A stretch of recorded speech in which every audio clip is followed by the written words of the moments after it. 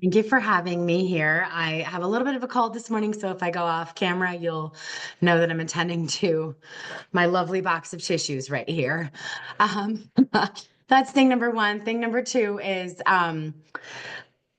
I am one of the original, actually founding members of She Leads. So I guess it's 9 years ago now. We all met in Beth's basement and kind of coordinated this idea and kind of helped launch it. I had a business that did live chat support and sold it. Went to work for the company that bought me.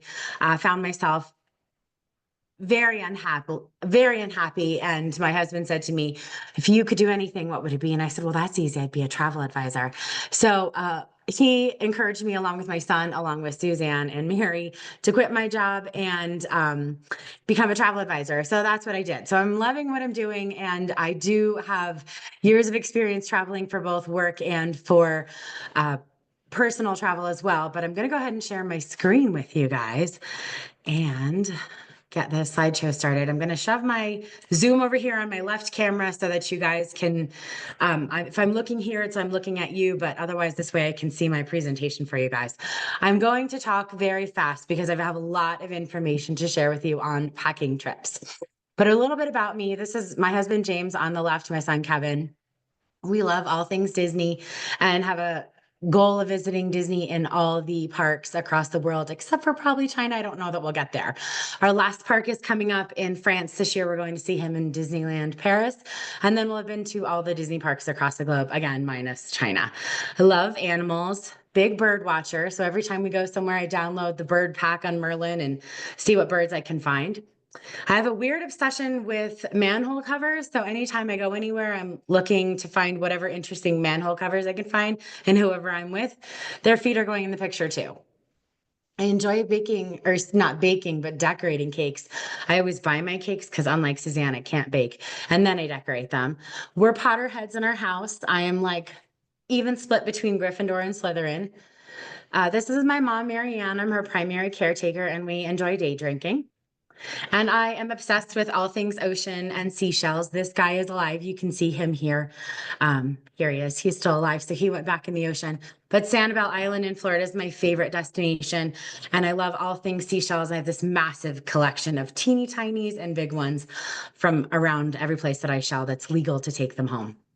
This is our dog, Hazel. She is part lab, part greyhound. She is the laziest dog on the planet there. And greyhounds are the world's fastest couch potato. So that's pretty accurate for Hazel. I absolutely love to travel. So I've taken my passion and really found a place for sharing it with other people as well. So boring, but super important document details. And I'm going to give you a story here that will prove that these are important document details. Keep copies of your important travel documents in paper, on the phone, and in the cloud. I say this, people don't listen to me. I was traveling on a girls' trip with a group of 7 of us.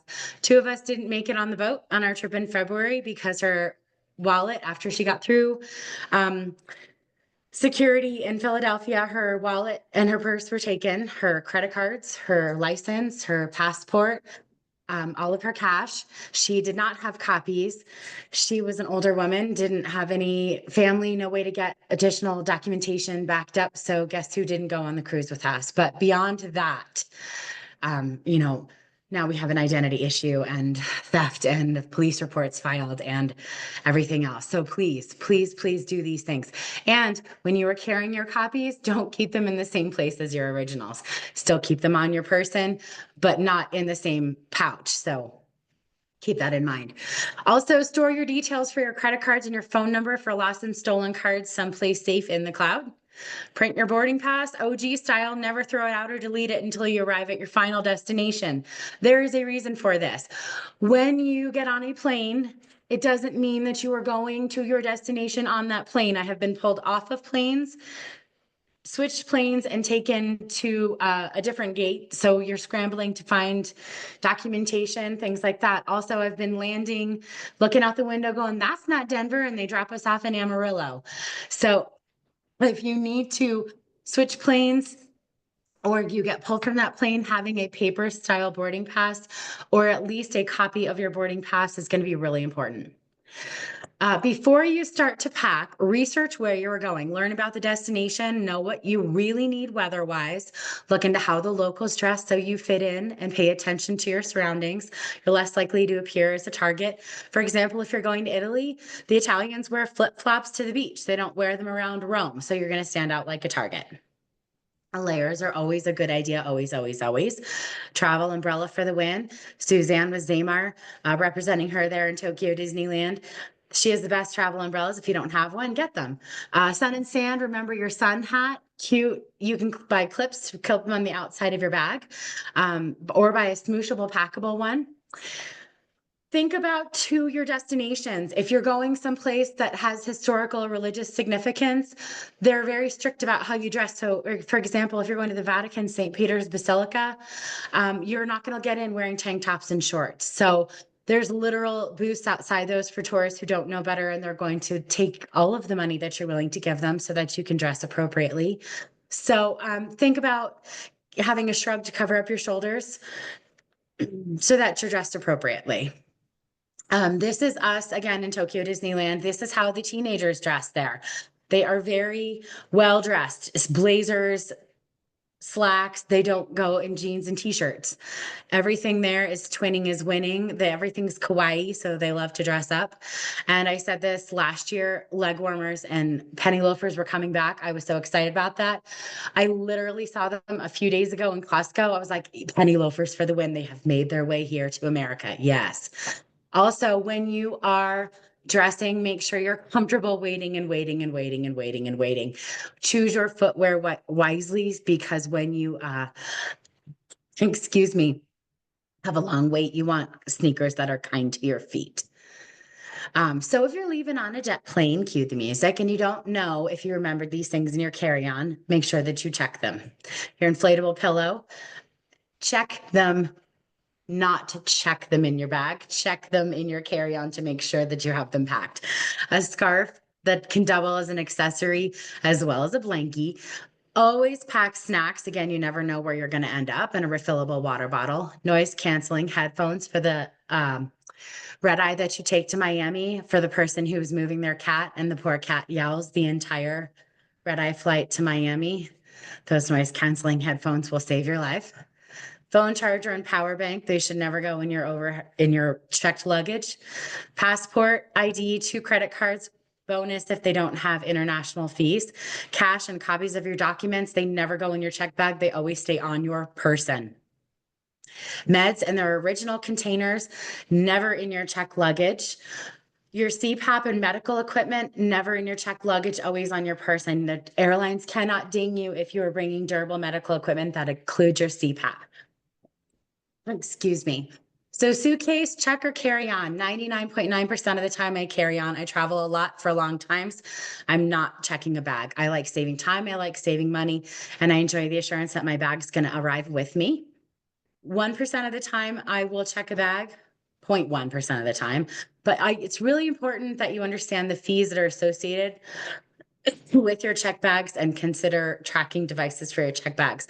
Again, make sure that when you're flying to the Maldives for 3 weeks, your CPAP is not in your checked luggage that stays here in Atlanta while you are in the Maldives. It needs to stay on your person. 100% of the time, you pack too much. I pack too much. We all pack too much. Be mindful when packing always. Excuse me. If you check a bag, you need a backup plan for if your bag does not arrive with you. So again, I'm the carry-on queen. I've traveled countless times for work with a bag that's brimming with work stuffs. I've done 9 days cruising in Alaska in the late spring season where you need cold weather gear. 10 days in the Caribbean with pre-trips in Florida. It all goes in a carry-on. I will give you tips on how this works.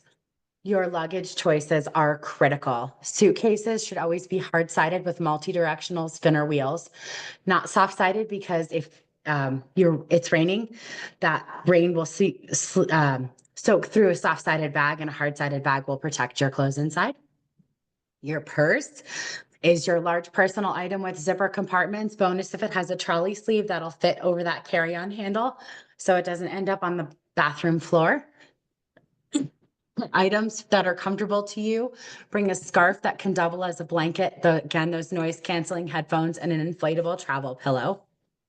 And a strap, a luggage strap that you can use to attach your jacket or a scarf to your bag or attach your bag to your suitcase, which when you're traveling later can also double as a way to attach your jacket to your day bag.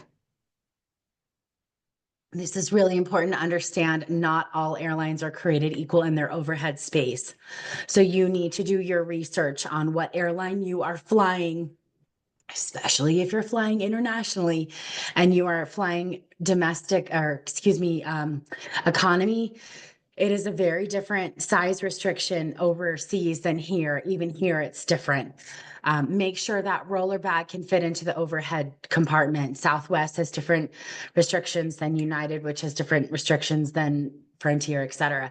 Your personal bag needs to be small enough to fit under the seat in front of you. And anyone who has flown Frontier in the last 5 years understands that that is a very limited amount of space. Southwest dropped a bomb yesterday on all their frequent flyers. I'm sure people saw that news. That was a big bummer.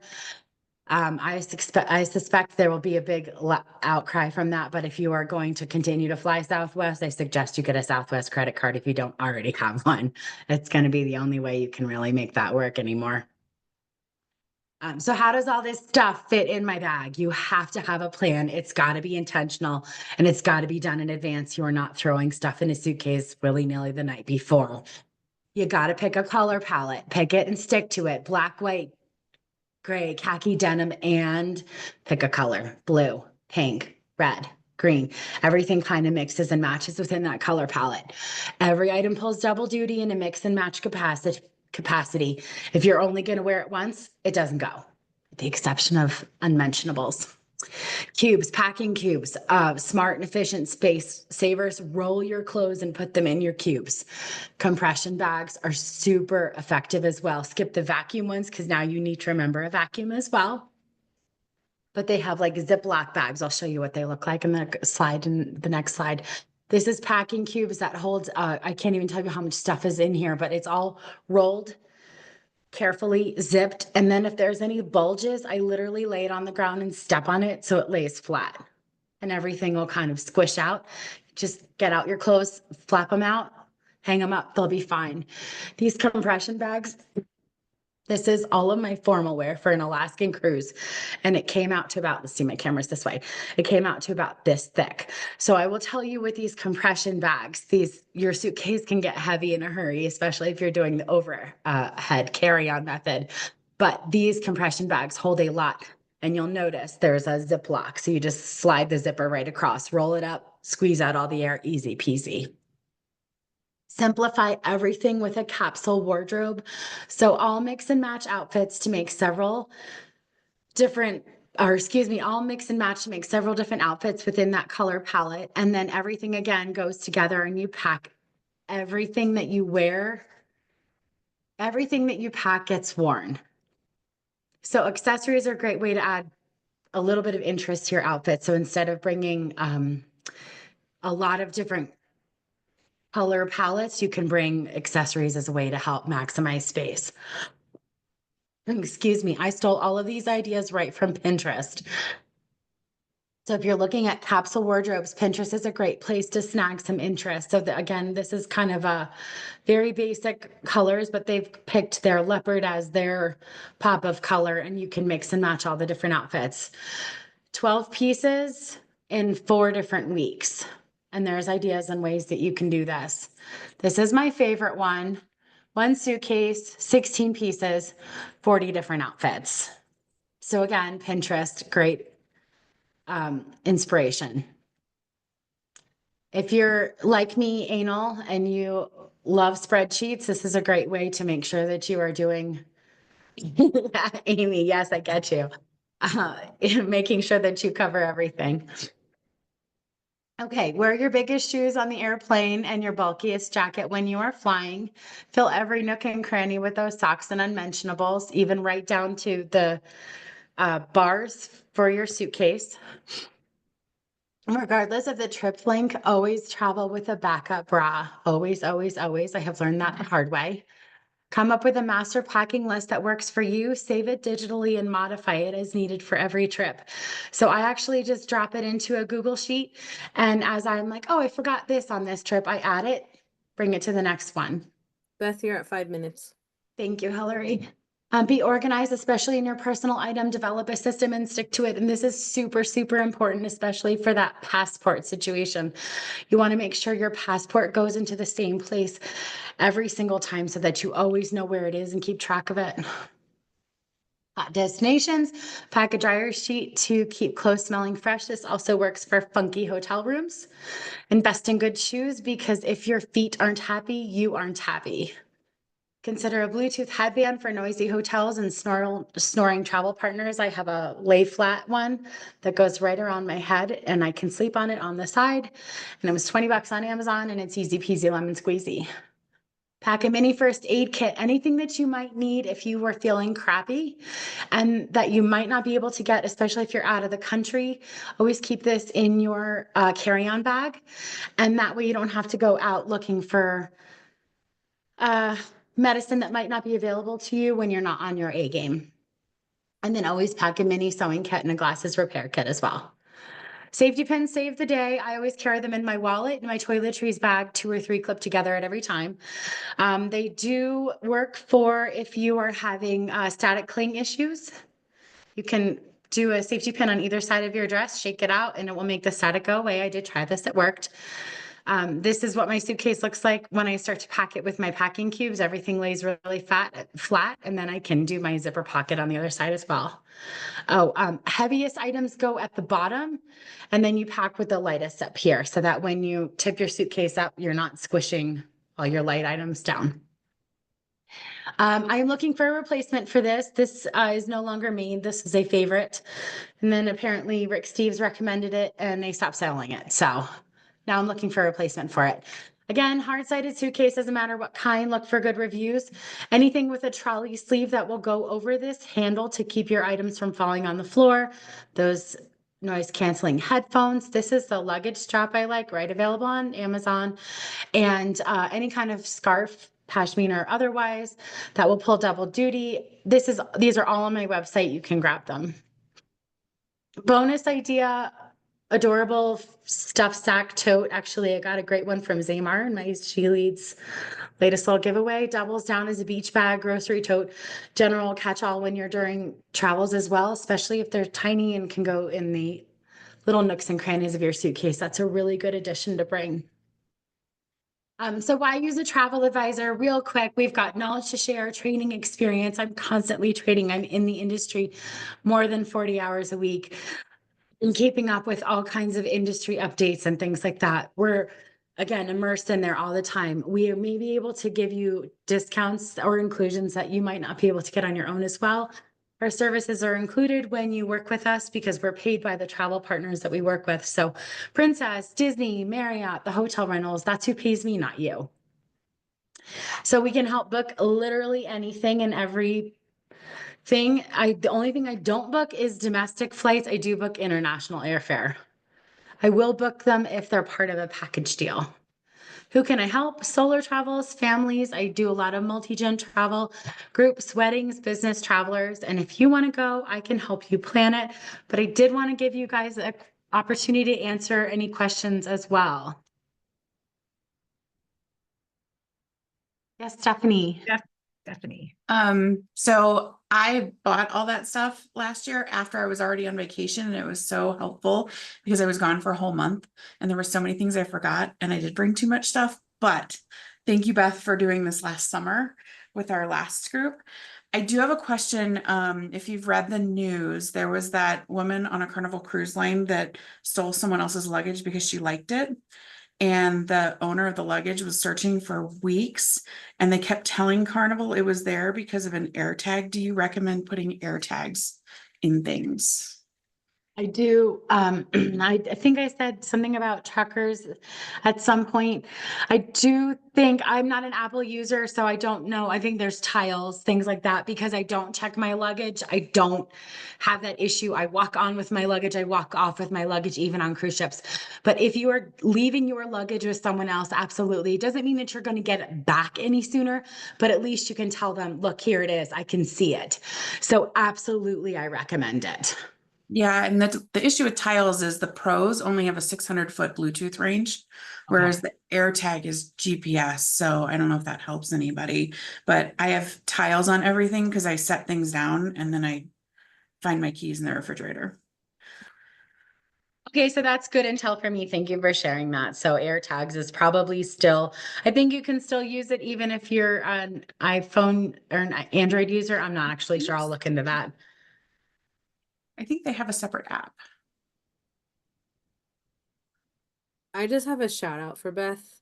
I just got back from a 10-day trip to Cancun and like just responsive.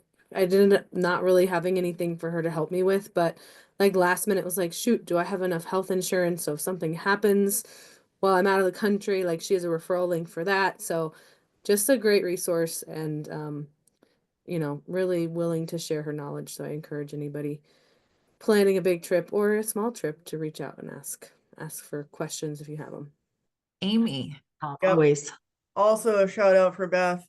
We did a 10-day road trip to San Diego in October. Beth helped me plan all of my hotels along the way. I didn't have to do anything. She made the reservation. I showed up, gave him my name, had no problems, didn't have to figure out what hotel has rooms for the night or anything. It was just made it easy. And the excursions that we had there, even though one got canceled because of weather, but it was just much easier. And so I plan on doing that for more complicated trips instead of Googling everything and ending up on websites that are not going to do. Just tell Beth where you want to go and she'll help make it happen. Yay. I am still